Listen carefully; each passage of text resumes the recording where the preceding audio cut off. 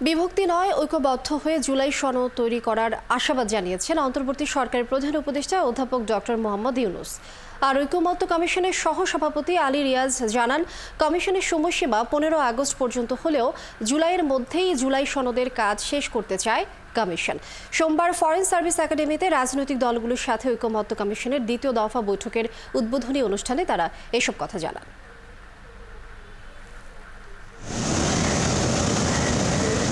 সোমবার বিকেল 4:45টার দিকে জাতীয় ঐকমত্য কমিশনের দ্বিতীয় দফা বৈঠকের উদ্বোধনী অনুষ্ঠানে যোগ দিতে আসেন কমিশনের সভাপতি ও অন্তর্বর্তী সরকারের প্রধান উপদেষ্টা অধ্যাপক মোহাম্মদ ইউনূস।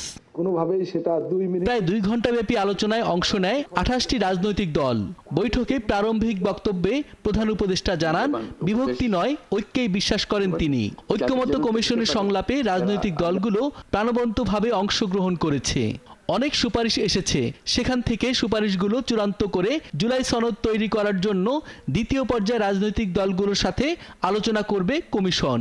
সবাই মিলে দেশের সুন্দর ভবিষ্যৎ নির্মাণের প্রত্যয় জানান তিনি। যাতে আমাদের জুলাই সনদে বর্তমানে যতগুলো ঐকমত্যের বিষয় আছে তার মধ্যে যে আরো কিছু যোগ করতে পারে, দেখতে সুন্দর লাগবে, জাতীয় একটা সনদ হলো, অনেকগুলো বিষয়ে আমরা একমত হতে পেরেছি।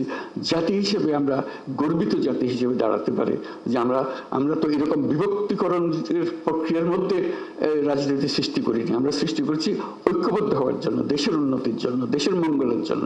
আজকে সেই সবাই উপস্থিত থাকতে পারে, আমি নিজেকে সৌভাগ্যবান মনে করছি। অনুষ্ঠানে ঐকমত্য কমিশনের সহসভাপতি আলী রিয়াজ জানান, কমিশনের প্রথম দফা আলোচনায় রাজনৈতিক দলগুলোর নমনীয় ও আন্তরিক আচরণ ছিল প্রশংসনীয়। মঙ্গলবার থেকে কমিশনের দ্বিতীয় দফার বৈঠক শুরু হবে। জুলাই মাসে জুলাই সনদ চূড়ান্ত করতে ঈদের ছুটির পর প্রতিদিনই বৈঠক করার কথা জানান তিনি। কমিশনের মেয়াদ 15 আগস্ট পর্যন্ত, কিন্তু আমরা জুলাই মাসের মধ্যেই জুলাই সনদ তৈরি করতে সচেষ্ট। ঈদের ছুটির পরে আমরা প্রায় প্রতিদিনই আলোচনা অব্যাহত রাখতে চাই। আপনাদের পক্ষে সম্ভব হলে আমাদের দিক থেকে সেই আগ্রহ, ইচ্ছা, পরিকল্পনা আছে। এই জন্য আপনাদের আন্তরিক সহযোগিতা প্রয়োজন।